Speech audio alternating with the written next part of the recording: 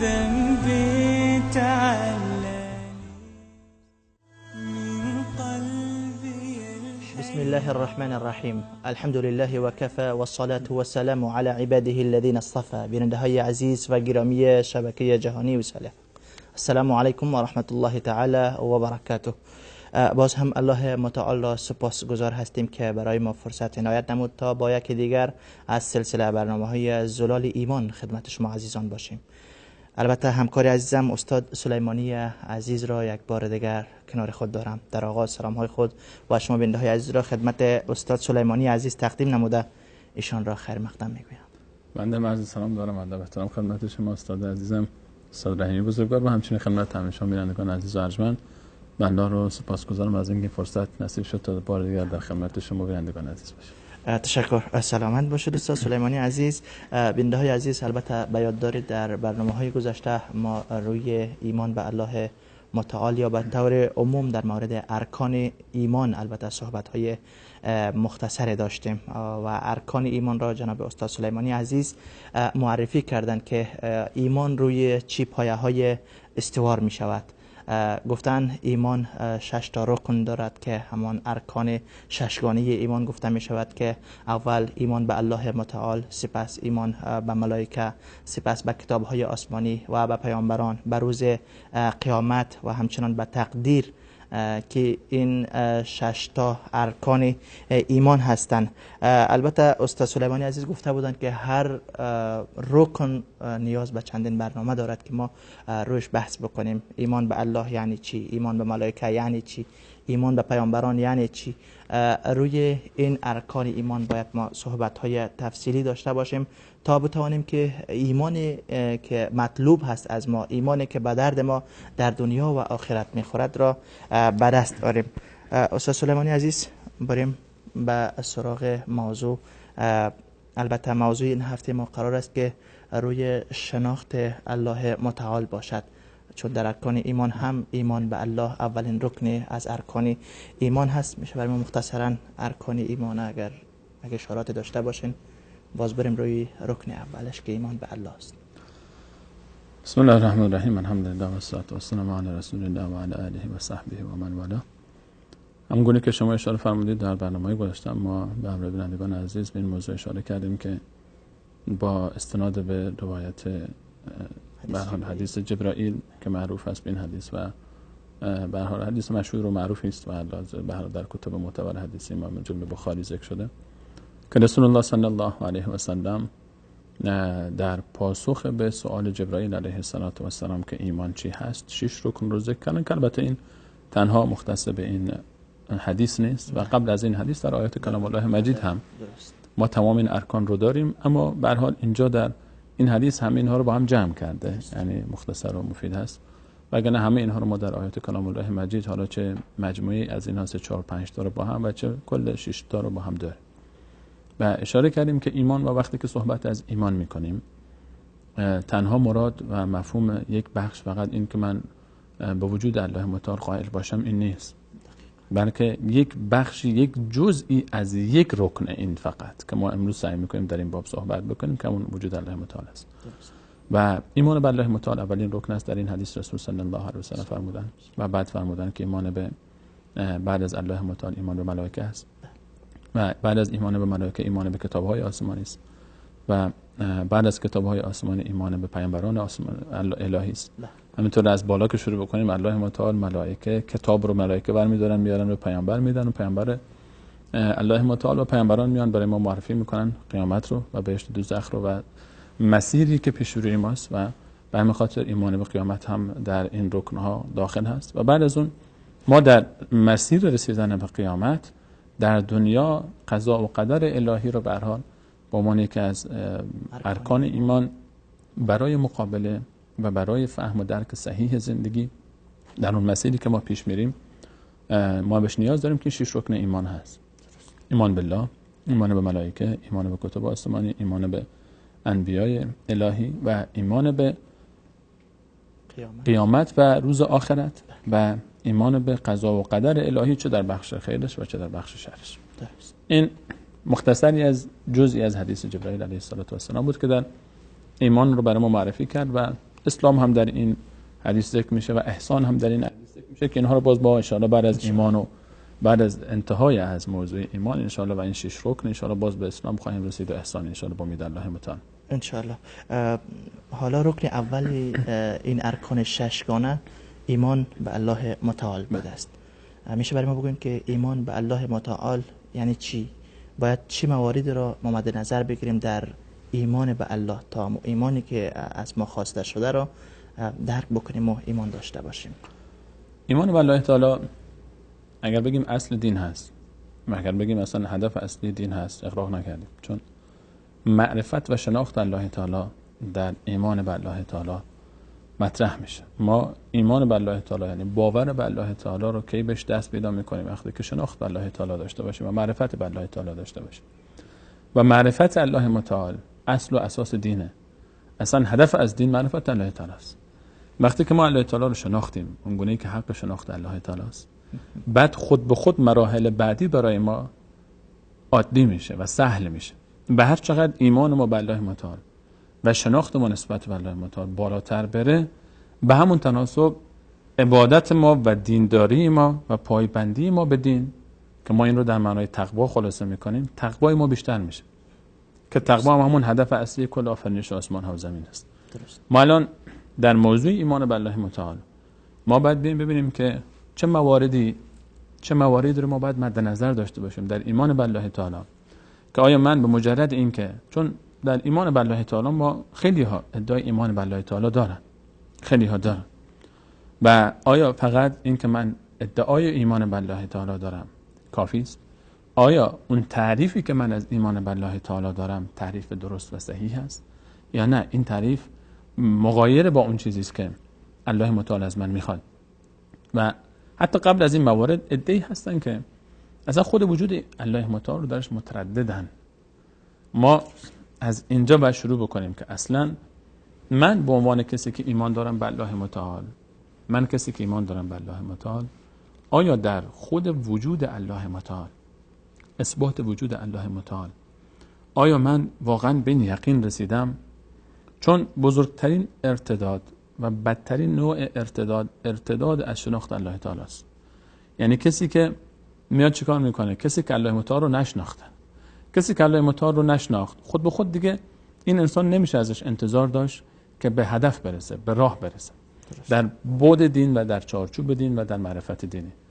الله متعال، شناخت به الله متعال، آیا من وقتی که صحبت میکنم از الله متعال در ایمان خودم به الله متعال واقعا یقین و باور اساسی و قطعی دارم یا نه؟ از کجا میشه فهمید؟ چطور من میتونم بفهمم که واقعا من در خود وجود الله متعال در مرحله اول واقعا به این یقین رسیدم که الله متعال وجود داره، که اگر کل عالم هم آمدن و گفتن الان ما بیش از 7 میلیارد انسان روی زمین داریم، اگر فقط من مؤمن تنها مانده باشم و همه بگن الله متعال اصلا خالقی نیست، اصلا وجودی به عنوان خالق، ذاتی به عنوان خدا با تعبیر عامش، اله به معنی عربیش وجود نداره، اصلا دنیا تقی به توقی خورده و همینجور به وجود اومده دیگه، همینجور تصادفی همه چی به وجود اومده. آیا من به تنهایی در بین این جمعیت حاضر میشم بگم نخیر هست و یک تنه حاضر بشم در مقابل این همه انسانی که ممکنه وجود الله متعال هستم شروع بکنم به صحبت کردن و اونها رو قانع بکنم به وجود الله متعال یا نه؟ انبیاء الهی این کارو کردن. خیلی از انبیاء الهی وقتی که میاد صحبت میکنه یک نفر میبینیم میاد و یک جامعه‌ای بلکه یک امتی بلکه یک ملتی رو میاد و با الله متعال آشنا میکنه. این نیرو اول در وجود خود ما باید بیاد تا بتونیم که بقیه با الله متعال آشنا بکنیم. ما خودمون باید اول به این حقیقت برسیم، به اثبات وجود الله متعال و شناخت الله متعال، که ما در این بود به چند بخش ان شاء الله اشاره خواهیم کرد. که اولین موضوع بحث خود وجود الله متعال و اثبات وجود الله متعال، و بعد از اون درباره افعال الله متعال و افعال الله متعال رو صحبت خواهیم کرد، و بعد از اون درباره صفات الله متعال صحبت خواهیم کرد که هر کدوم از این بخش ها ما باید درباره این صحبت بکنیم و بررسی بکنیم ایمان خودمون رو، که هر کدوم از اینها از این جوانب یک مسیری از الحاد و بیدینی و شرک و انحراف از این مراحل منحرف شده. درست. یعنی خیلی هستن مثلا کسی مثل شیطان الله متعال قبول داره. در برنامه گذاشتم بهش اشاره کردیم. شیطان الله متعال قبول داره، بهش قسم هم خورد و صحبت هم کرد، به عنوان خالق هم قبولش کرد، به عنوان قیامت رو هم قبول کرد. اما مشکلش کجاست؟ ما در هر کدوم از این مراحل وقتی که وارد میشیم و بررسی بکنیم اون گونه که شایسته هست، ما میتونیم اون موقع در ایمان به الله تعالی به اون معنای حقیقی توحید به الله متعال که خالی از هر گونه شبهه و شک و تردید و شرک و غلو در مسیر راه توحید نسبت به غیر الله متعال باشه، ما میتونیم این رو مشکل رو حل بکنیم و بفهمیم که از کجاست مشکل. و اولین مسئله که ما باید پیش ببریم بحث خود اونچه که در قرآن کریم هم بسیار پررنگ است. بیش از 1000 آیه در قرآن کریم ما رو وادار میکنه به تفکر و تعقل و تدبری که نتیجه اون اعتراف به وجود الله متعال، به حقانیت الله متعال و ما رو به شناخت الله متعال میرسونه. موضوع بحث شناخت الله متعال، الان اگر سوال مطرح بشه، خب اگر از من یک کسی بپرسه، یک کسی بیاد پیش من اصلا بگه آقا من وجود الله متعال اعتقاد ندارم بشه، اصلا من معتقد نیستم. متاسفانه این چیز خیلی زیاد شده در جامعه ما، در عصر و زمانه ما.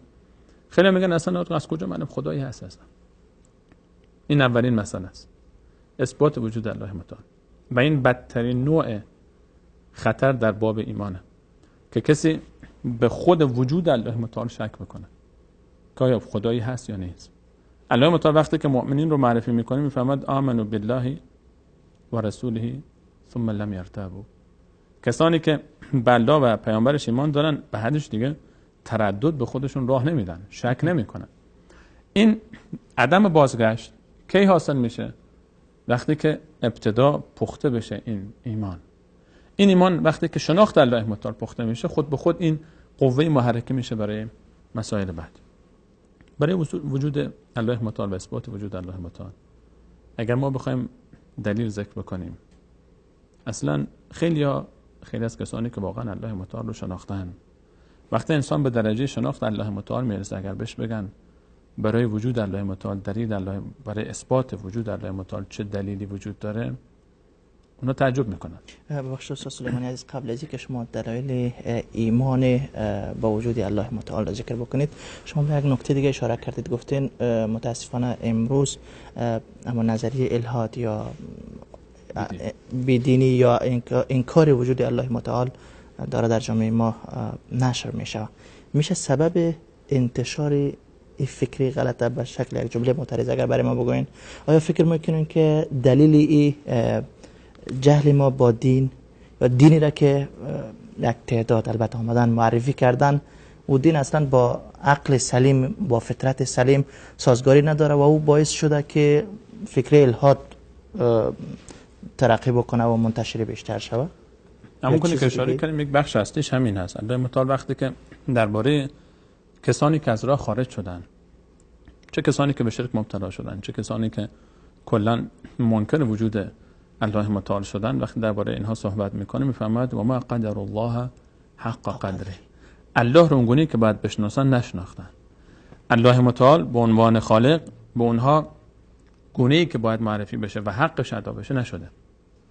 این برمیگرده اگر کسی در یک جامعه اسلامی زندگی میکنه و الله متعال رو نشناخته و میاد به مسیر دیگری روی میکنه، این مشکل از خودشه.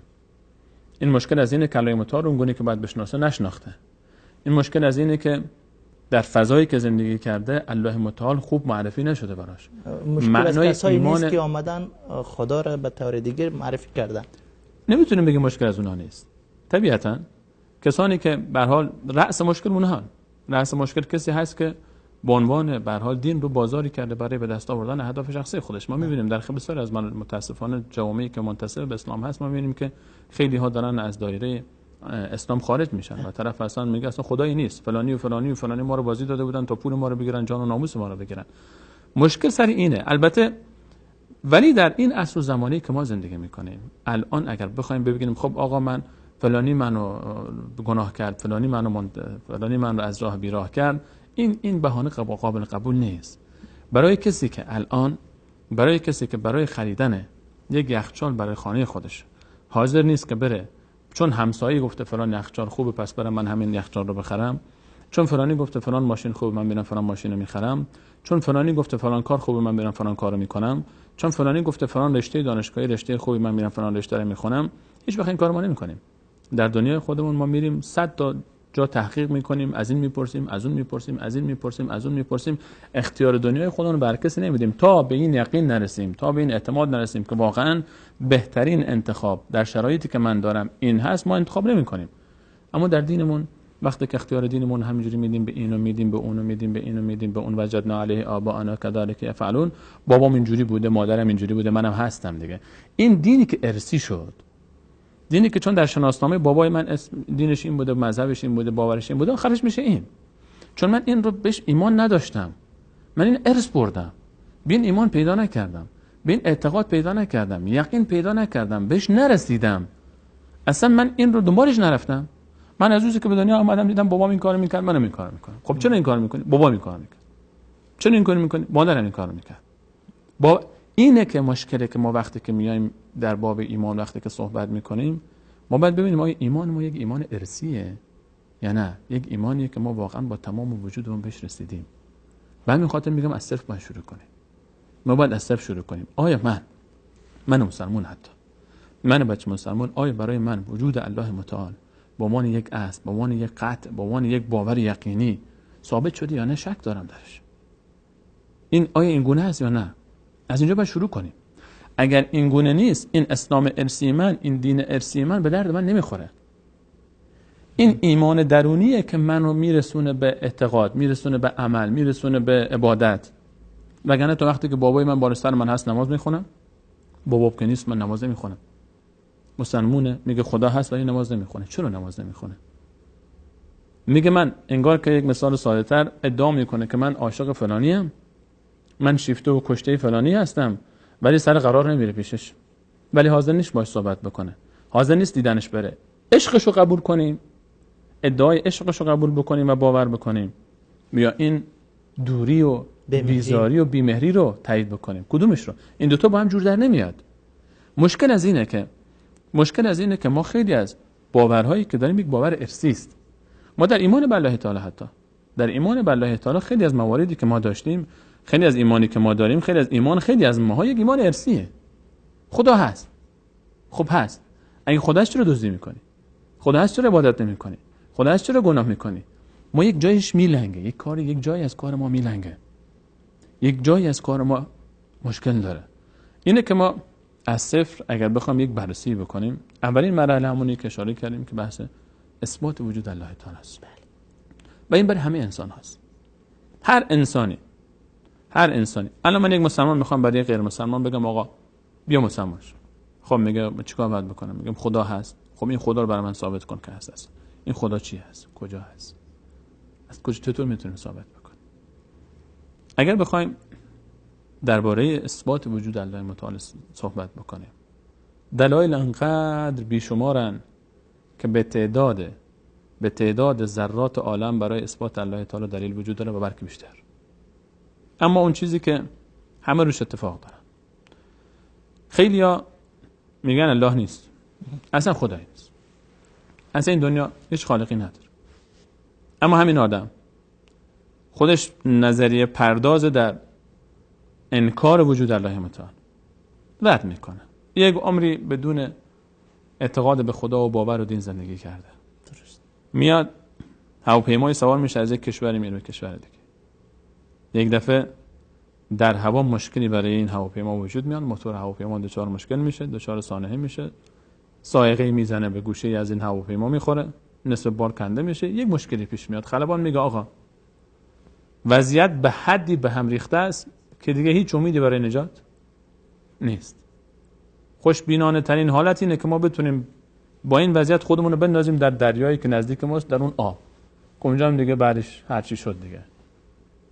اینجاست که یک دفعه انسان احساس میکنه که نیاز داره به یک نیرویی که کمکش کنه.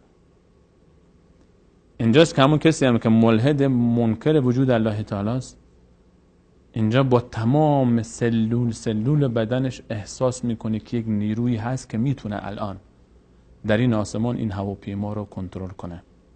یک نیروی هست.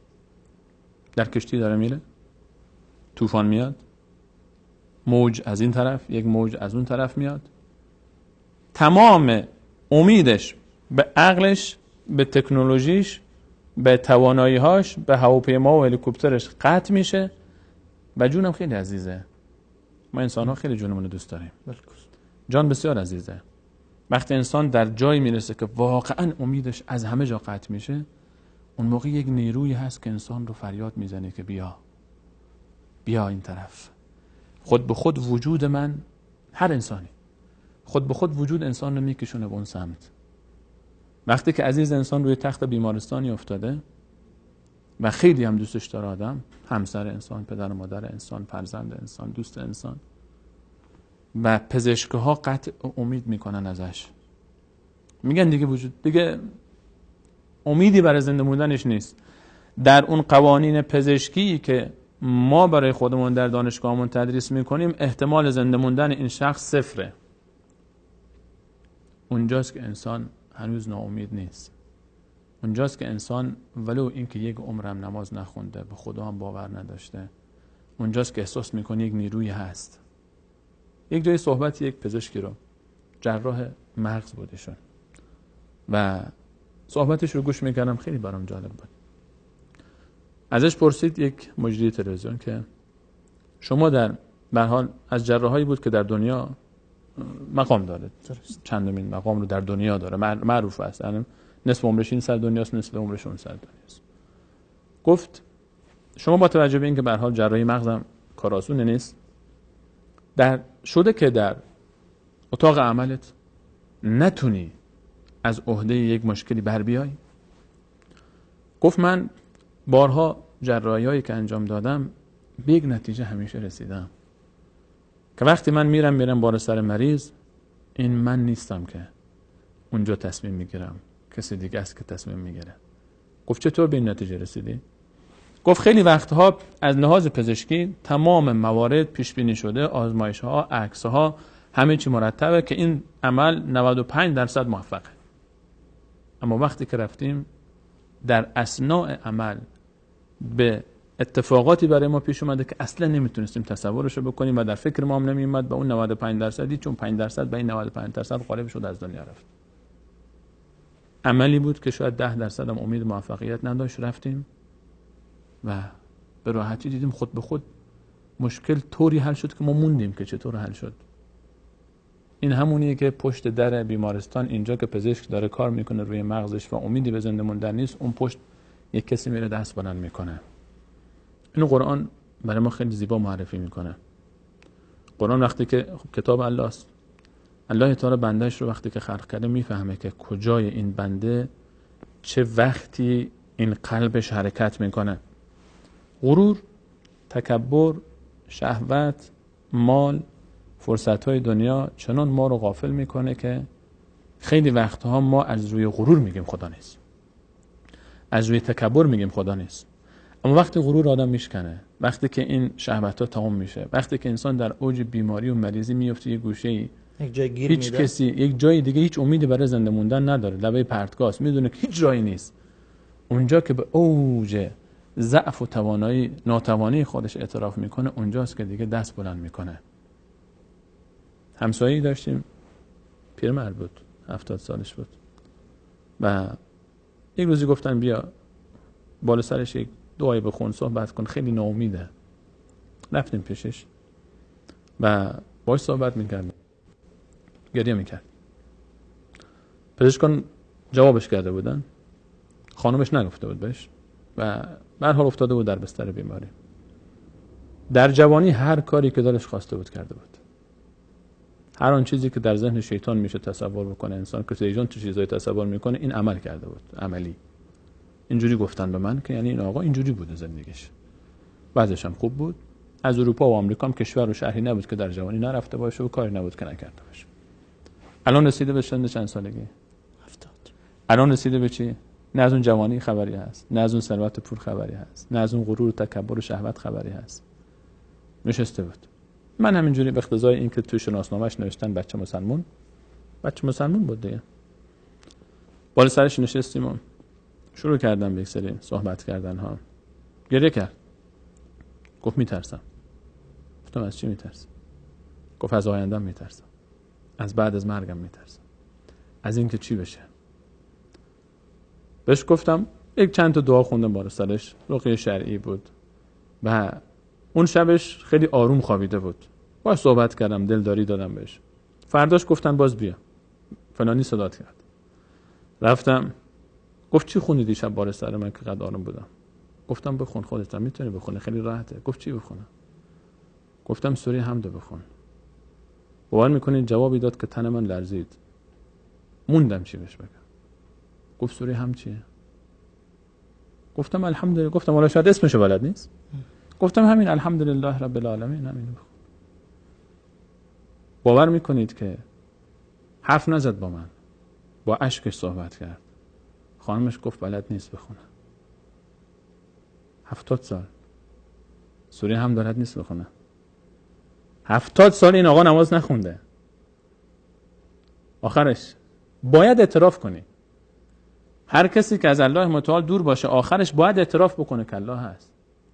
میرسه به این درجه، میرسه. ولی اینکه فرعون باشه. در لحظه غرق شدن چی گفت فرعون؟ لا اله الا گفت الله. من ایمان آوردم به همون خدایی که بنی اسرائیل بهش ایمان آوردن. مسئله ایمان به الله تعالی مسئله وقت فقط. ما همه ما انسان ها این که به الله تعالی ایمان داشته باشیم یا نداشته باشیم فقط مسئله ما مسئله وقته. یکی الان ایمان میاره زودتر، یکی آخرین لحظه ایمان میاره، یکی وقتی ایمان میاره که فرشته مرگ میبینه که دیگه فایده نداره اون موقع. این ندای چیه؟ اینو ما بهش میگیم فطرت. اینو ما بهش میگیم اون قلبی، اون نیرویی که الله متعال در وجود انسان میذاره از وقتی که به دنیا میاد. این اون برنامه‌ریزی که کارخونه اصلی که انسان رو خلق کرده، که صاحب کارخونه الله تعالی است، در وجود انسان گذاشته که این هر وقت یک دفعه اگر خودش رو ریستارت بکنه، فرمت کنه خودش رو، دوباره برمیگرده به حالت عادی. اما خیلی وقتا ما چنان مشغولیم به زندگی دنیا، با شهوت‌ها و لذت‌ها که یک زوری باید ما رو برگردونه. الله متعال می‌فرماید که یکی از در آیات مختلف یکی از نشانه‌های وجود الله متعال و از مهمترین نشانه‌های وجود الله متعال اینه که انسان خودش اعتراف میکنه در سختی‌ها، در مشکلات، در مصیبت‌هایی که دیگه به حد پایان میرسه، دیگه راهی نیست برای فرار، دیگه این آخرشه، دیگه کم میاره، دیگه اونجا میشکنه انسان. اون موقع هر کسی اعتراف میکنه که کسی هست، یک خالقی هست. این ندای فطرته. ما اسمش میذاریم فطرت، ضمیر اصلی و پاک انسان که در وجود انسانه. یکی از دلایل وجود الله متعال فطرت انسانه که هر انسانی در ذات خودش به این اعتقاد میرسه یک روزی، بله طرف یک روزی به هر حال الان دچار مشکله، دچار شهوت، غلبه کرده شهوت بر اون، غرور بر اون، تکبر بر اون، مال دنیا و حب جاه، حب مال، مشکلات مادی، مشکلات روحی، مشکلات جسمی و این رو اعتراف نمیکنه. اما همه ما خدا رو کجا میشه شناخت؟ خدا رو در دریا وقتی که انسان داره غرق میشه، خدا رو در هواپیما وقتی بهت میگن هواپیما داره سقوط میکنه، خدا رو پشت اتاق در اتاق عمل وقتی که میگن بچه‌ت هیچ امیدی برای زنده موندنش نیست. اون موقع هر کسی که باشه، همینی که تا دیروز مسخره میکرد نمازگزارا رو، میگه مسجد کجاست؟ دنبال چی میگرده؟ دنبال خدا میگرده. این ندای فطرت، اولین دلیل بر اثبات وجود الله تعالی. تشکر، سلامت باشید. ولی دلیل خیلی مشکلی هست. شما میگین که وقتی که انسان در یک مشکل گیر داد، اون وقت خدا رو میشناسه. حداقل خوبیش اینه که دیگه بعد از اون اگر فرصتی داشت خوب زندگی میکنه، اگه مرد باشه. اگه باز نامرد بود، ما انسان خیلی پوست کلفتیم. الله متعال میفرماید که در دریا وقتی که گیر میکنن بعضیها میگن که لئن انجانا من هذه لنکونن من الشاکرین. خدای تو یک دفعه ما رو این دفعه نجات بده، من بنده خوبی میشم. یک دفعه تو این دفعه من نجات بده، این دفعه مشکل بچه من حل کن، من میدونم چطور زندگی کنم، من میدونم چطور پاک بشم. بعد از اون دوباره باز همون آشو، همون کس. خب درست است. میبینیم که وقتی که از مشکل نجات پیدا میکنن، باز با چی برمیگردن؟ بنده عزیز من برنامه کوتاه را میبینیم و ما هم برمیگردیم از شما.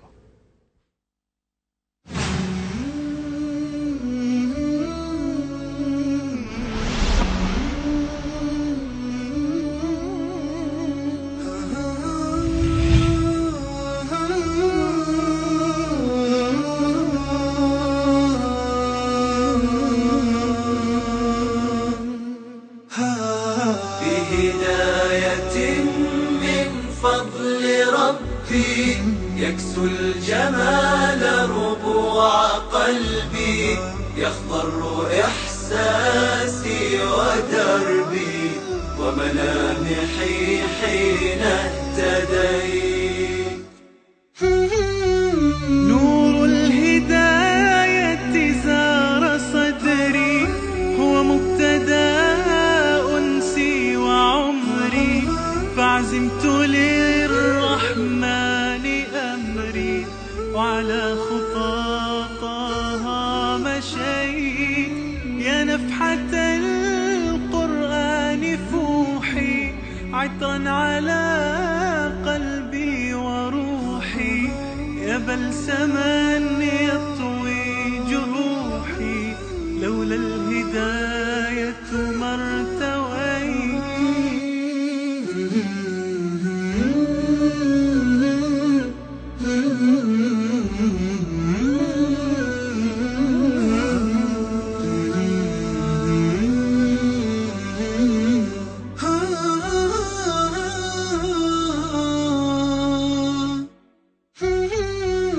كم عشت والتفريط عادة ما ذقت في الدنيا سعادة حتى اهتديت إلى العبادة يا راحتي لما اهتديت. سبحان من عدت إليه بسطت لنا كلتا يديه ألقيت أوزاري عليه يا ربي فاغفر ما عصيت.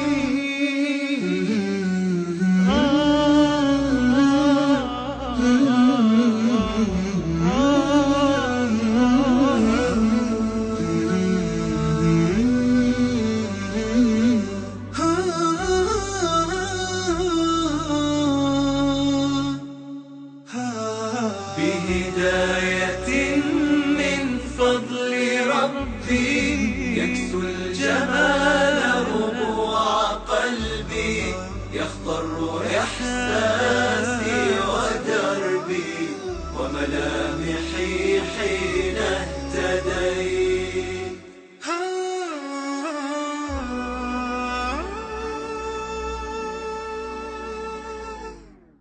بهداية من فضل ربي يكسو الجمال ربوع قلبي يخضر إحساسي ودربي وملامحي حين اهتديت. من قلبي الحيران ناديت يا منان وغمرني بالغفران وزدني إيمانا. من قلبي الحيران ناديت يا منان وغمرني بالغفران وزدني إيمانا. ذنبي تعلاني للذل أرداني. ذنبي تعلاني. با سلام دوباره خدمت شما بیننده های عزیز و گرامی با موضوع شناخت الله متعال در برنامه زلال ایمان خدمت شما هستیم.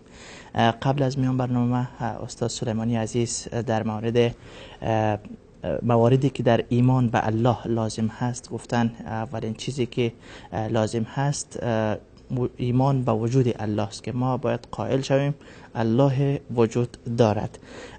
دلایل این که الله وجود دارد گفتن یکی از دلایلش این است که انسان وقتی که در یک مشکل گیر میده به یاد یک ذات میگرده که او را از اونجا از اون مشکل نجات بده. همون ذاتی که از اون امیدی نجات داره همون الله است. گرچه این خیلی مشکل دلیل مشکل است، یعنی تا چه وقت استاد سلیمانی عزیز ما در تلاش این باشیم که در یک مشکل گیر بدیم تا الله را بشناسیم با وجود الله ایمان بیاریم و هم نجات پیدا میکنیم یا نمیکنیم چیزی احتمالی هست. هواپیما در حال سقوط باشه یا در کشتی سوار باشیم که در حال غرق شدن باشه یا هم روی میز جراحی باشیم که پزشکا گفته باشه خلاص قضیه از تمام هست. اون وقت اگر ما خدا را بشناسیم، ما خدا را به یک شکل یا به یک دلیل دیگه برای ما معرفی بکنین تا خدا را در حال صحتمندی، در حال سلامتی، در حال عافیت بشناسیم که قدرش هم بدانیم. دلیل دیگه غیر از این دلیلی که همونجوری که اشاره کردم بیشمار هست. این دلیل بیشتر بحث ندای فطرت برای کسانی است که وجود الله تعالی رو منکرن. درست. اینا خودشون هم آخر اعتراف میکنن. این دلیل قوی است. کسی که یک عمر تلاش میکرده و صحبت میکرده و انکار میکرده وجود الله تعالی الان خودش معترفه. وقتی که این انسان میاد اعتراف میکنه دیگه جایی برای انکار نمیمونه. اما این تنها دلیل نیست. این برای کسانی است که میگن نیست الله تعالی. میگه بابا خودت تو آخر اعتراف میکنی که نیست. از همین الان بیا اعتراف کن، خیال خودت رو جمع کن و راحت کن. این دیگه نهایت ذلت و بدبختی انسانه که انسان به همچین جایی برسه و هنوز الله رو نشناخته باشه و اونجا مجبور بشه بشناسه. و چه بسا که همونجوری که شما فهمیدید قبول نشه. مثل فرعون که در آخرین لحظه این حرفو زد اما دیگه ازش پذیرفته نشد. اگر بخوایم الله متعال رو بشناسیم، بر اثبات وجود الله متعال نشانه‌های فراوان است. ما در قرآن به نام میگیم آیات. آیه یعنی نشانه. درست. الله متعال در سوره نحل آیه 103 میفرماید 104 که ان الذين لا يؤمنون بآیات الله لا يهديهم الله. کسانی که به آیات الله متعال ایمان نمیآورند الله متعال اونها رو هدایت نمیکنه. ان الذين لا يؤمنون بآیات الله لا يهديهم الله.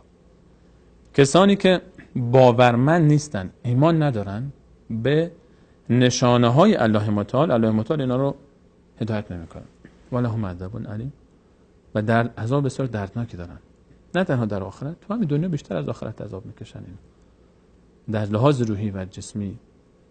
الان الله متعال میفهمن کسانی هدایت میشن به حقیقت معرفت الله تعالی میرسن که ایمان دارن با باور دارن به نشانه های الله تعالی، به آیات الله تعالی. این آیات معنی واسعی داره. در رأسش آیات کلام الله مجید است که هر کدوم از اینا یک نشانه است.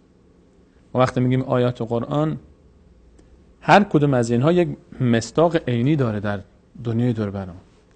در پایان سوره فصلت الله متعال میفرماید سنوریهم آیاتنا فی الآفاق و فی انفسهم. این آیات رو کجا دنبالش بگردیم برای شناختن الله متعال میفرماید من به اونها نشون میدم.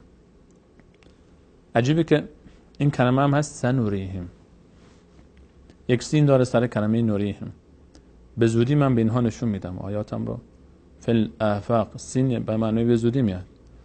در آفاق، در کرانه ها و فی انفسهم، در ذات خودشون، حتی یتبین لهم انه الحق، تا اینکه برای اونها ثابت بشه و حقانیت الله متعال که واقعا وجود داره و اون صفاتی که باز خود نه تنها وجودش، بقیه آن چیزی که ما در ایمان به الله تعالی صحبت میکنیم. ایمان به الله متعال در عصر و زمانه ما استاد رحمی عزیز خیلی آسان‌تر شده تا زمانهای گذشته. از چه بابت؟ ما اگر در 200 سال پیش 300 سال پیش زندگی میکردیم، ایمان به نشانه های الله متعال انقدر واضح و آشکار نبود و نشانه های وجود الله متعال انقدر متبلور نبود که الان هست. یک پشه رو اگر ما 200 سال پیش بهش نگاه میکردیم چی میدیدیم ازش؟ یک پشه میدیدیم. پشه. یک دشمن انسان که میاد و شب دنبالش میگردیم که چطور بکشیمش. اما الان وقتی که این پشه رو میگذاریم زیر یک دستگاه امروزی و بزرگش میکنیم هزاران مرتبه، چی میبینیم ازش؟ یک دستگاه عجیب، یک کارخانه عظیم ما میبینیم اینجا. وزنش چقدر هست؟ 1 گرم؟ یا کمتر؟ 1/10 گرم؟ نه. 1/100؟ نه. 1/1000 گرم وزن پشه است. با شکم خالیش دیگر، البته که به جون ما و شما بیفته باز 1 گرم هم شاید بشه. این پشه آیا انسان وقتی که نگاه میکنه، الله تعالی فرمود من شرم ندارم از این که، الله تعالی شرم نداره از این که مثال بزنه به پشه حتی. این یک نمونه است. من گفتم به تعداد ذرات عالم برای وجود الله متعال دلیل هست. همین موجودی که ما اصلا بهش فکر نمی‌کنیم، فقط دنبال کشتنش هستیم. اگر باور بکنید من بعضی وقتا آدم وقتی که در جزئیات خلقت برخی از موجودات داخل میشه دلش نمیاد بکشه اینا راحت. همین پشه که نشسته رو دست انسان و داره خون انسان میخوره دلش نمیاد آدم بزنه اینو بکشه. وقتی که میبینه این 100 تا چشم داره، 100 تا چشم داره. چی داره؟ 100 تا چشم داره این پشه. 3 تا قلب داره، یک قلب برای پیکرش، یک قلب برای این بالا این طرف، یک قلب برای بالا این طرف. 3 تا قلب داره پشه دستگاه آزمایش و خون داره تو بدنش. وقتی که میشه روی بدن ببینیم خون هر کسی رو نمیخوره. چند نفر توی یک اتاق هستن، یکی رو درب و داغون کرد، یکی دیگه هیچ کاری باش نداره، میاد میشینه رو بدنش در جا، همون قبل از اینکه خون بگیره یک ذره اول نگاه میکنه، میسنجه آیا این خون به درد من میخوره نمیخوره. خورد ادامه میده، نخورد بلند میشه میره. این پشه دستگاه آزمایش خونم داره، دستگاه تصفیه خونم داره. بعضی خونا چربه به دردش نمیخوره، همونجا تصفیه میکنه میبره. این پشه رادار داره که از طریق حرارت بدن موجودات اونا رو پیدا میکنه. رادار حرارتی داره. این پشه وقتی که میشینه روی بدن، به خاطر اینکه اون لحظه‌ای که سوراخ میکنه پوست رو دردش احساس نشه، بی‌حس میکنه پوست بدن رو. ماده بی‌حسی میزنه که کارش انجام داد، دفع بالا رو سقف. اون لحظه که احساس تموم شد، اون ماده که اثرش تمام شد، ما تازه احساس میکنیم که یک انگار سوزنه که خورد. اینطوری میکنیم که پشه اون بالا داره میخنده، ما کارش تمام کرده رفته. در این خرطومش 6 تا کارد مختلف داره. اینو ما دیدیم دیگه، داریم میبینیم، الان با دستگاه امروزی داریم میبینیم. 6 مدل کارد داره و چاقو. 6 مدل. حالا این کارد مثل ما نیست دیگه، به همون به اندازه این خرطومش به اندازه یک موه، این خرطومش به اندازه یک موه. اینها 4 تاش میزنه یک مربع تشکیل میده برای اون حفره‌ای که میخواد درست بکنه و خون بگیره. 2 تا دیگه‌اش مثل یک خرطومی میزنه داخل پوست و خون میکشه. پاهاش هم چنگال داره برای جاهایی که نیاز باشه خودش رو نگه داره، و هم حالت مکشی داره جاهایی که لغزنده باشه که بچسبه به اون. این پشه است. این یک پشه است. هنوز ما فقط اشاره کردیم به چند موردش، نه؟ چند مورد کوچیک از این یک پشه است. میلیاردها از اینا روی زمینه. اینو با این نظم و خلقت کی وجود آورد؟ این یک نشانه است. این یک نشانه است. این کی وجود آورد؟ این یک دستگاه. اصلا خود به خود اگر انسان بتونه، هرگز نمیتونه انسان مثل اینو خلق بکنه. انسان نمیتونه هرگز مثل اینو خلق بکنه. خودش هم که وجود نیاورده. خودش هم که خالق خودش نیست. این یک نمونهش. مگسش مثل این. بقیه حشرات مثل اینا. هرچی بیایم این طرفتر، فاینما تولوا فثم وجه الله. هر طرفی که روح بکنه انسان، روح بکنه، قدرت عظمت الله تعالی رو میبینه. در وجود خودمون وقتی که نگاه میکنیم، وجود ما انسان ها الان آنچه که در علم پزشکی مطرح میشه و میخواد انسان میره وقتی که بررسی میکنه، انسان وقتی که میره در، به نظر من بعضی وقتا تعبیری برای دوستان استفاده میکنم، میگم اگر عزیزانی که در علوم پزشکی و حتی علوم مهندسی، در علوم فیزیک، در علوم شیمی، کیمیا به تعبیر دیگه‌اش، در آنچه که به بیولوژی معروفه و زیست شناسی تعبیر میکنن، در چه زیست جانوری چه زیست گیاهی، کسانی که در زندگی حیوانات و گیاهان دارن تحقیق میکنن، اینها اگر واقعا انسان به دنبال حقیقت باشه، این یک دانشگاه توحیده. اینجا یک مدرسه است برای شناخت الله تعالی. علم، معجزه قرآن کریم چیه؟ معجزه رسول الله صلی الله علیه و سلم قرآن کریمه. قرآن کریم مبناش بر علمه. افلا یتدبرون القرآن ولو کان من عند غیر الله لوجدوا فیه اختلافا کثیرا. آیا در قرآن تدبر نمی کنن؟ اگر در قرآن اختلافات، اگر از جانب غیر الله تعالی بود، اختلافات زیادی درش میاد. سنوریهم که من اشاره کردم، الله تعالی فرمود من آیات و نشانه های خودم رو به زودی برای اونها نشون میدم، گویی که الان در عصر و زمانه ما بیشتر تبلور پیدا میکنه. الله تعالی از آینده صحبت کرد. ما الان عظمت مثال به پشه رو بیشتر میفهمیم تا 100 سال پیش. ما وقتی که در آیات قرآن کریم میایم و بررسی میکنیم و میبینیم جزء آن چیزی که در کائنات هست ما رو باید به الله تعالی برسونه. در آیه 190 سوره مبارکه آل عمران این آیه وقتی که نازل شد ان فی خلق السماوات والارض واختلاف الليل والنهار لآیات لأولی الالباب، در آفرینش آسمان ها و زمین و اختلاف شبانه روز نشانه هایی است برای کسانی که صاحب لبن، مغز دارن، تفکر و تعقل دارن، فکر میکنن. رسول الله صلی الله علیه و سلم از شب تا صبح که این آیه نازل شد در نماز تکرار میکرد و اشک میریخت. چرا؟ این برای ما یک جای سواله، نه؟ یه آیه است در آسمان و زمین، در آفرینش آسمان ها و زمین و در پیدایش شب و روز نشانه هایی است برای اهل خرد. الذين يذكرون الله قياما وقعودا وعلى جنوبهم، ایستاده، دراز کشیده و نشسته الله متعال یاد میکنن و فکر میکنن در آفرینش آسمان و زمین و میگن ربنا سبحانك ما خلقت هذا بهتان سبحانك ما خلقت هذا باطلا، اینها رو تو هرگز باطل نیافریدی. اگر انسان بلند شه اینا رو نمیشه داخل محیط بسته خونه و شلوغی ها و سر صدای اطراف و درس و مشق و کار و این چیزها فرصت رو از ما گرفته برای تفکر به این چیزها. انسان لازم بعضی وقتا خلوت کنیم، با خودمون بشینیم، همین پنجره خونمون رو باز کنیم، اگر پشتش درختی هست، گلی هست، اگر نیست بریم بیرون یک قدمی بزنیم، بریم در کنار چند تا درخت، چند تا گل، چند تا بوته گیاه، بریم در جاهایی که طبیعت بازتر است، در جنگلی، در کوهی، بریم یک گوشه بشینیم، بریم یک نگاه بندازیم، یه برگ رو برداریم نگاه کنیم بهش، این طراحی که روی این برگ شده، این نقش و نگاری که روی این برگ است. یک برگ دیگر رو بردارین بذارین کنارش، اون با این فرق میکنه. یکی دیگر رو بذارین کنار این، اون با این دوتا باز فرق میکنه. تمام اینها با هم فرق دارن. همه برگ درختان، تمام ذره ذره یک درخت، یک گیاه، حیوانات مثل خودش. این شکل‌های خط‌های روی بدن حیوانات هیچ کدوم مثل هم نیست.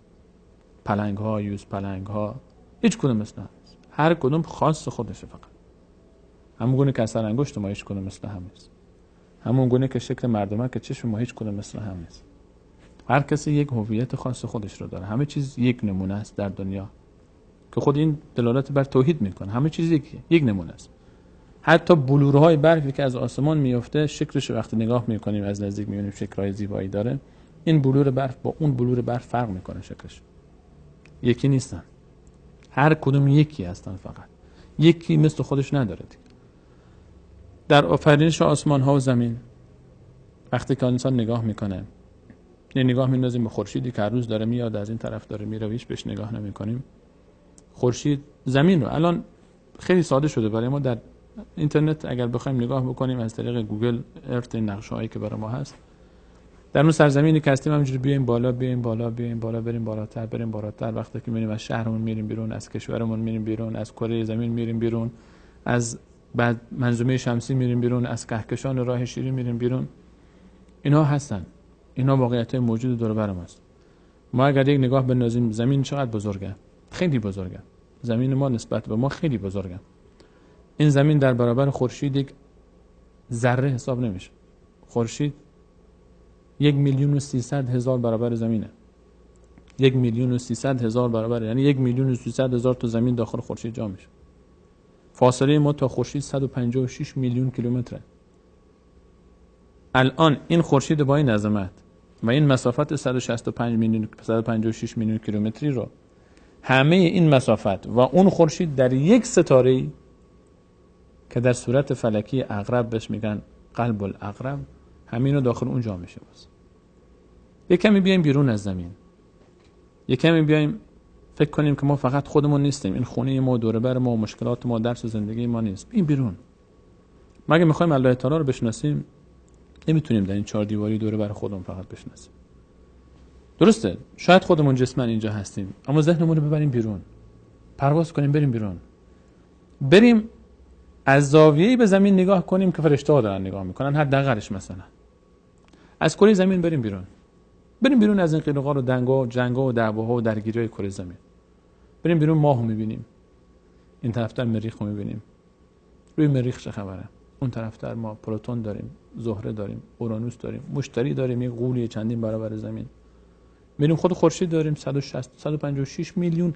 همین خورشید اگه ما دربارش تفکر بکنیم، بشینیم یه روزی فکر بکنیم، همین 156 میلیون کیلومتر هم فاصله داره، 1300 برابر 1,300,000 برابر زمین هم هست.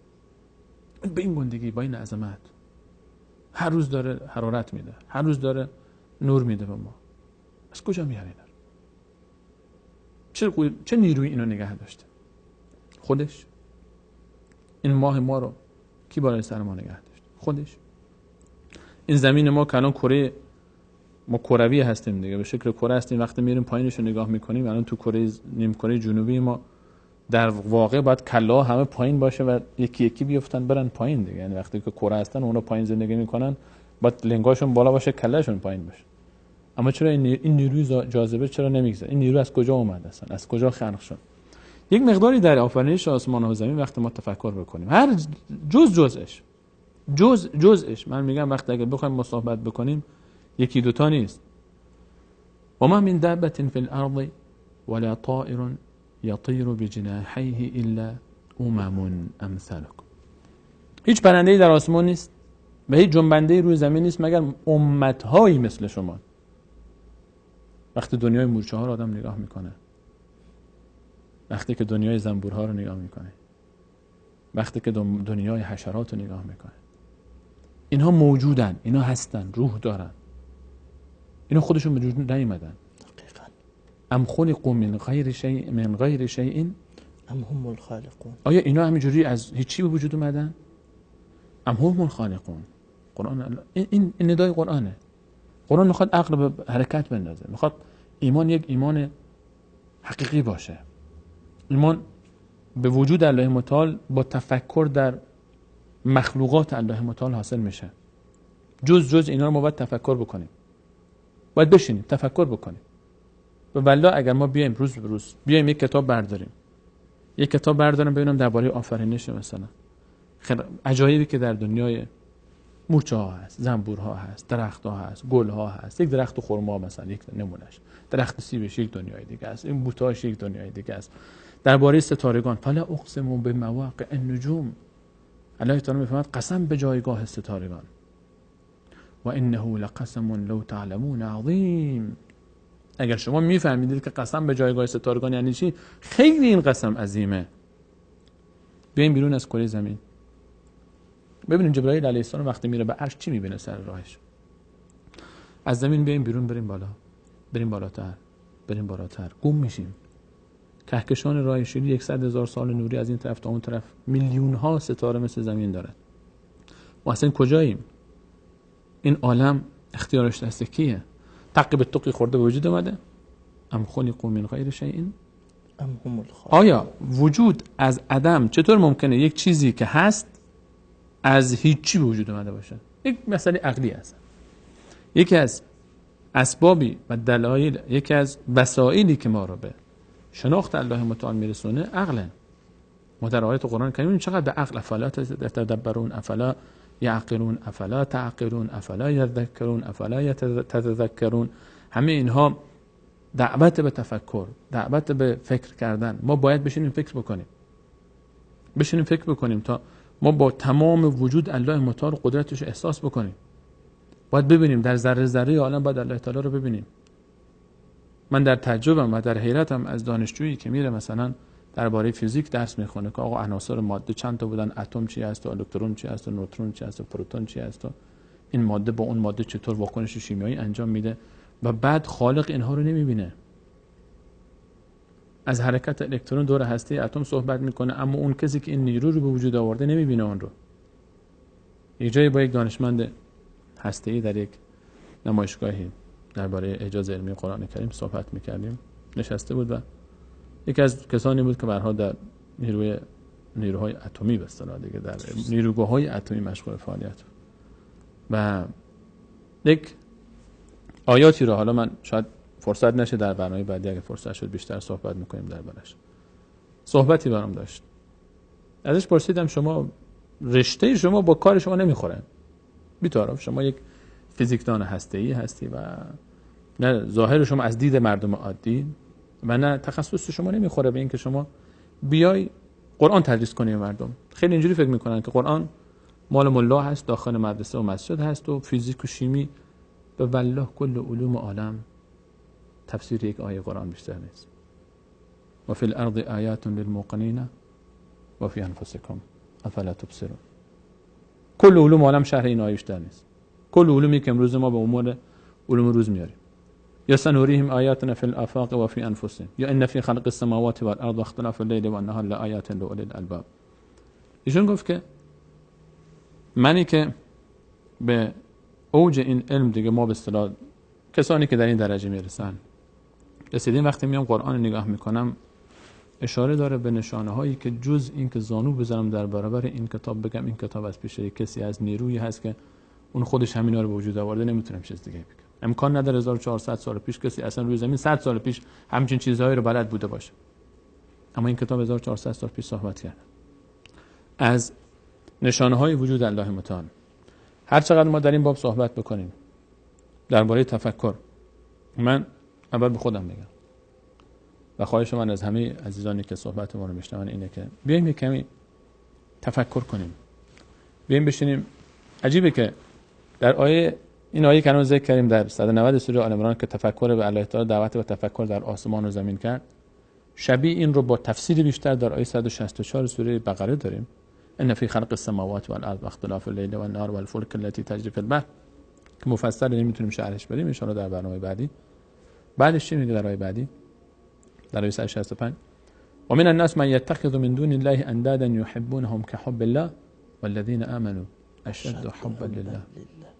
کسایی که ایمان آوردن الله رو بیشتر از هر کسی دیگری دوست دارن، بیشترین محبتشون به الله تعالی است. این محبت رو کجا ذکر میکنه؟ بعد از اون آیات تفکر، بعد از اون آیات تفکر در خلقت الله متعال، در مخلوقات الله متعال که واقعا چقدر شگفتی است، چقدر عظمته، چقدر قدرته. این همه برگ در آسمان و زمین، این همه درخت در آسمان.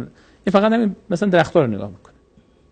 من و شما اگر بگم بیا یک درختچه از همین درختچه پلاستیکی که ما اینجا گذاشتیم همینا رو یک کسی بخواد درست بکنه، خب الان من باید طراحی بکنم که این شاخه کجا باشه، چطور بره، این گل چطور باشه، رنگ این گل تا کجا چطور باشه. میخواد طراحی، میخواد نمیخواد.